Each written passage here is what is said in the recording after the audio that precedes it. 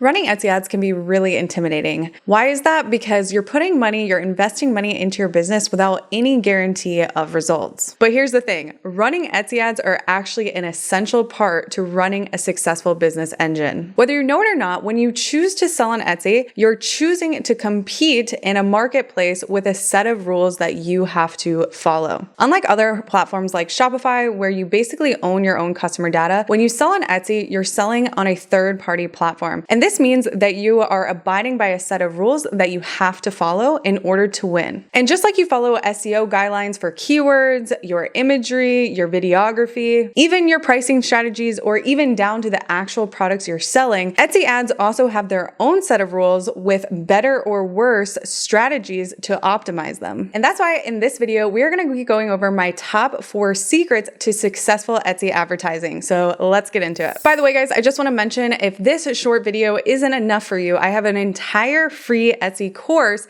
in the link in the description of this video waiting for you if you feel like you need some more in-depth help on scaling your Etsy ads to the max. Number 1, the key to profitable Etsy ads is first determining what you can even afford. So many people jump into Etsy ads blind and they have no strategy backing their decisions. And so they end up spending a lot of money. And at the end of the month, they look at what they spend versus what they made. And then they determine that Etsy ads just took their money and it didn't work for them, which in reality is just not the case, because the reality is the way that Etsy bills you is something called PPC, which means pay per click, which in the media buying world is the most fair game that you can play. And what I've seen in my 5 years of e-commerce, Etsy ads have always been the cheapest cost per acquisition compared to any other platform I've ever spent money on. And so before you even consider turning your Etsy ads on, you first need to understand the breakdown of your business. So imagine your business is this pie chart here. And in this pie chart, you have all the different pieces of your pie that make up your business, including your shipping, your Etsy fees, your product costs, your profit margin, and of course, normally one of the biggest variable expenses that you have, that is marketing. And so the very first step, and what we actually need to do here, is for your own shop, you need to determine what is a healthy profit margin you want to clear after all expenses, including marketing. So as you can see in this case study example, in 2023, we cleared a 36 profit margin percentage after all fees, shipping, product costs, and Etsy ads. Our goal for our company is to hit at least a 30% profit margin percentage after all of our expenses. Now you might ask, why 30%? How did we come up with 30%? Well, for us, there's a lot of logistics involved in getting our products to market. We have to order a lot of raw materials. There's a lot of logistics involved. We need to then take those raw materials and turn it into our products. And then we have to do a photo shoot. And only then we can begin optimizing our product launches on Etsy. So for us, it's not physically worth the labor and the effort that it costs us to make our products and bring our products to market if we're not clearing at least 30%. Whereas if you're somebody selling digital downloads or print on demand, where you don't physically touch a product and there's no logistic nightmare on the back end of your goods, you could consider maybe a 15 to 20% profit margin where you basically can sell infinite products without ever having to touch a product. But again, this is subject to you and what your business goals are for your company. And over time, as your business progresses year over year, we're consistently trying to increase this profit margin percentage. Now, how does this relate to your marketing? Because if we have a profit goal in mind, we can then determine what our worst case scenario marketing cost percentage can be for our store. So if again, we take a look at our case study example of our shop in 2023, if you look at this screenshot, our total ad cost percentage was 14.43%. with a profit margin of over 36%. So we already exceeded our profit margin minimum goal for our shop last year at 36%. The top line revenue of 2023 was a little bit over $300,000 with a $107,000 profit. Now, if we did not spend that 14% on ads last year, our profit margin would have been 50%. This means that our worst case scenario ad cost percentage in 2023 could have gone up to at least 20%. However, we beat that because our ad cost percentage for the whole year last year was only 14%. So this not only ensures that we're hitting our target profit goals, but we're also making more profit for our store. Now let's quickly run the numbers if we did not invest that 14% on ads last year. So like I already mentioned, if we didn't spend $43,000, aka 14% of our total revenue on ads, then our profit margins would have increased to 50%. But we would have only done $145,000 in revenue and a $72,000 profit. The difference of profit loss in 2023, if we did not invest that $43,000, would have been a minimum loss of $34,000 without spending on ads. So we know moving forward, if we never decreased our ad cost percentage, that 14%, and we maintain that 14% in 2024 and 2025, we're still making more profit. If we do get that 14%, say down to 12% the next year, then we are actually increasing that profit margin percentage. And this is ultimately the first step. If you don't understand what your business can even afford, then it's really, really hard to optimize accordingly for how strict or how lenient you're going to be with your ads. All right, now we're going to move into secret number 2, which is understanding how to invest your dollars into your ads properly. This part is going to be broken down into 3 major questions that you guys have. The first one is, what should I set my ad budget to? Should I turn on and invest in all of my Etsy listings or just some of them? And when should I stop investing in a listing? So let's take it from the top. What should I set my Etsy ads budget to? There are pros and there are cons to setting your budget high out the gates versus setting it low. And there's no wrong answer. The only winning when it comes to investing in your listings is that you're continuing to increase your budget and not decrease your budget. You can start as low as $1 to $5 a day, or if you want to go hard, you can go $50 a day. There's no wrong answer. Again, it's just understanding the pros and the cons of both. At the end of the day, the only way you can collect the data you need to be able to make a decision is by investing in your listings and setting your budget higher or lower. The only thing that's changing is how fast or how slow you're going to collect that data. You toggling your budget up one day and then going down the next day, all that does is prohibits you from collecting the data you need, and it also confuses the algorithm, and you're basically resetting the algorithm every single time you put your budget up and down, because you're basically telling Etsy that one second you're willing to outbid your competitors and then the next second you're not. So when you do that, it confuses where your listings belong, and it's just going to take you longer to get your ad budget to the max, which is ultimately the goal. The next one is, should I invest in all of my listings or just some of my listings? This is also a personal preference. There are pros and cons to both options. So when I first started my shop, I put on ads for every single one of my listings, and I put my budget to $15 a day. Just like when you launch 100 Etsy listings, only a percentage of those listings are actually going to sell regularly, and only a percentage of those listings are going to make sense financially with ads. So there's really 3 options when it comes to this question. The first option is to only turn on listings that organically sell first. This is your safest, least risky line of action that you can take to start spending and investing in your Etsy ads. However, something to note here is just because something sells organically well, that does not ensure that it's going to be successful with ads. However, it is the safest play since it's proven to make a sale organically as well. Historically, if your listings aren't selling organically after months and months and months, Etsy ads are not going to be the solution to those listings not working out. So that is why if money is uncomfortable, you can invest only in the listings that say have made a sale or a couple of sales first. Your second option, the more riskier play, and this is what I did with my business, is turn on Etsy ads for all of your listings. The pro of this is that you're giving every listing a fair shot at the algorithm, them. And I have had experiences where I've had listings that weren't necessarily bestsellers, but they would sell here and there. But then with that additional ad spend, it would make them bestsellers and one of my top producers. So in this case, you are playing a riskier play because you're investing more money in more of your listings. But the downfall is that you could end up investing more money or losing more money on listings that don't work out. And your third option is if money is uncomfortable for you, then I would stay away from turning your ads on completely and allow your shop to make some organic revenue and then reinvest that cash flow back into your business or back into your ads to help you scale faster. And the third question here is, when should I turn off a listing? You should turn off a listing when you've collected enough data to be able to make a decision, and per your niche and per your sale prices, this can vary. So let me just explain what I personally do. We invest anywhere from $40 to $60 in a listing, and by investing this amount, we know that we have collected enough data to make a decision. And the reason that $40 to $60 is entering our range of now it's getting uncomfortable for us, because $40 to $60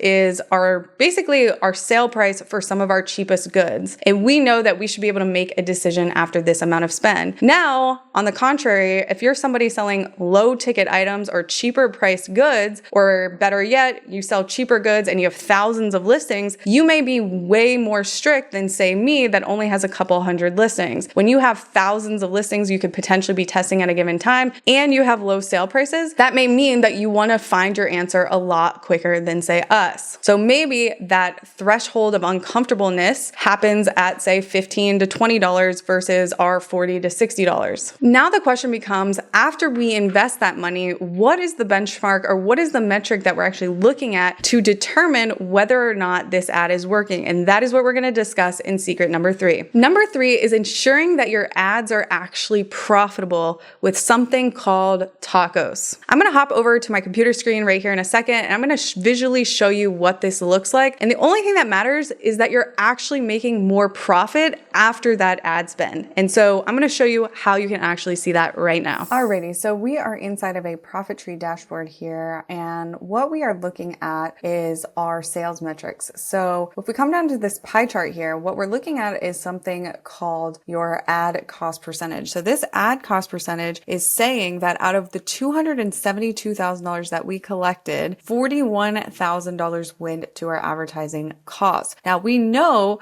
that at a 15% ad cost percentage, this shop is making more profit, right? We already ran the numbers for last year. And if we didn't invest $43,000, we would have missed out on $34,000 of profit, not revenue, profit. And so think of how many reviews and testimonials and organic indexing you've got from an additional $34,000 of profit. But anyway, so if we wanted to maintain this, well, for this shop specifically, we know that we want to hit over a 30% profit. So we actually can give up an additional 3% if we wanted to, but ideally we get this lower and lower year over year instead of going up. We want the ad cost percentage to go down and this to go up. But historically, healthy profit for this shop is 30%. So what does that actually mean in terms of optimizing your ads? So with our new advertisement feature, this is hopefully making it very black and white. So ad cost percentage and tacos, which is the metric we're going to be analyzing, is technically the same thing. So tacos is your total advertising cost of sale. And this is calculated in the same way that your ad cost percentage on your dashboard is being calculated. It's analyzing what you spent versus the total sales that came from that initial click of that listing. And you can read the definitions here of how that's exactly being calculated. So what I would want to do if I was looking to optimize some of these listings is I would want to see what listings aren't clearing our target tacos or our target profit margin percentage. So you can see here 24% tacos for this listing. We obviously want to sort it by spend to see what's spending the most money. Now 24% kind of sounds really high, but when we go ahead and we click on this listing, we can see that this listing profit percentage before ads is about 58%. So if we actually do 58 minus the 24% that we spent on ads, this listing is still clearing our healthy profit of about 34%. So I technically would want to continue investing in this listing since it's still hitting my target profit. Let's see if we can find one that technically should be turned off. So this one is above our 20% mark and it is at 22%. So let's just see here really quick what this profit percentage is. So the profit percentage here is 44%. So if we subtract that 44 minus the 22% in ad costs, that would leave us with only a 22% profit margin percentage. Now, if that was not hitting our target profit, ideally we would turn that listing off because the total ad cost percentage is getting too high. And so hopefully by analyzing it in this way, it's making your ads very black and white. Are your listings hitting your target profit or your target tacos? Are you actually making more money with your ads versus not? And just to quickly show you another case study example, what would have been the outcome if I did not invest this $4,000 in this listing? So if we hover over here, you can see that the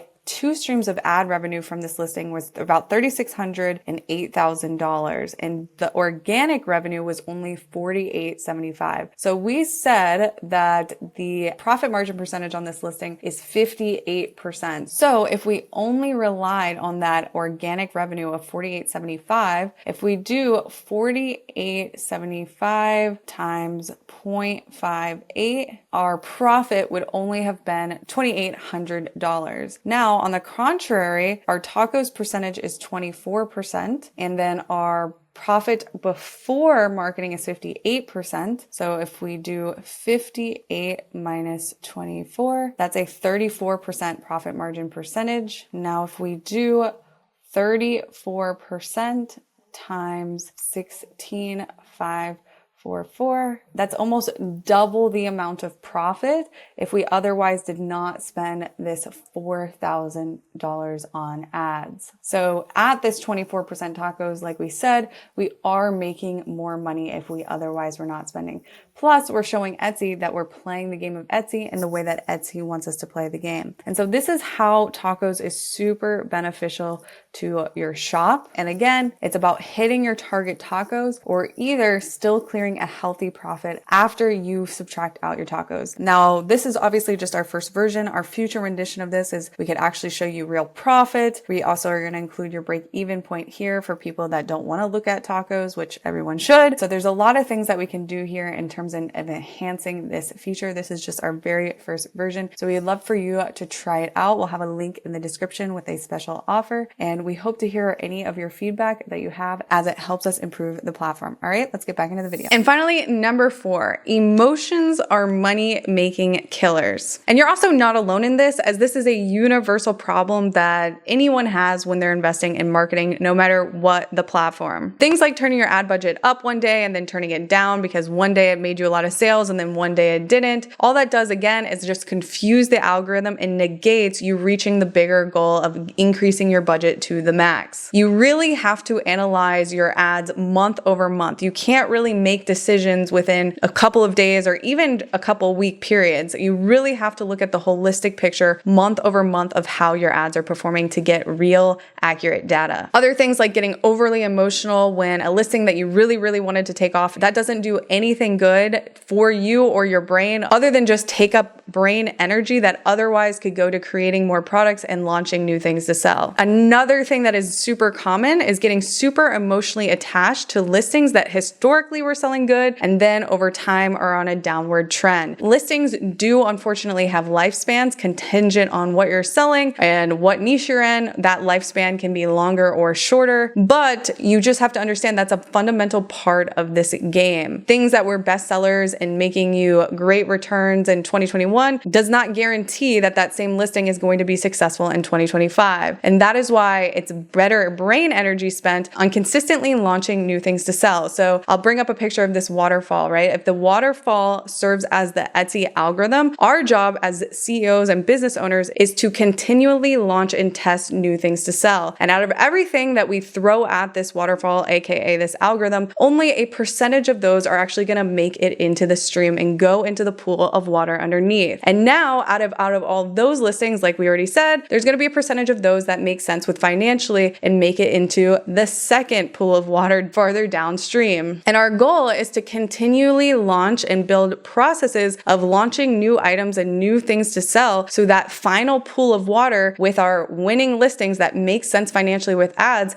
continues to get bigger and bigger and bigger. So when you first go to market and you first start your ads, in month 1, 2, or 3, say you have 5 listings that are really doing well financially in terms of tacos and profit with ads. As you begin to add more things to the top of the funnel or the top of the algorithm or the top of the waterfall, the hope is to make that 5 turn into 10 and that 10 into 20 as the years go on and on and on. And this continual effort is what builds a moat or sets your shop up for the max competitiveness when more competition arises, because you've already indexed these listings to have really great reviews and they make sense financially with listings. And over time, as some of those listings die off or, the tacos begins to increase over time, it doesn't really matter because you have a process in place to continually feed it new items to sell. Guys, that is the end of this video. I hope you got some serious value. Remember, on January 7th, we're launching an entire free Etsy course, a course that you otherwise would spend thousands of dollars on completely for free. So make sure you subscribe to the channel because that is going live on a premiere video on January 7th. All right, see you in the next video.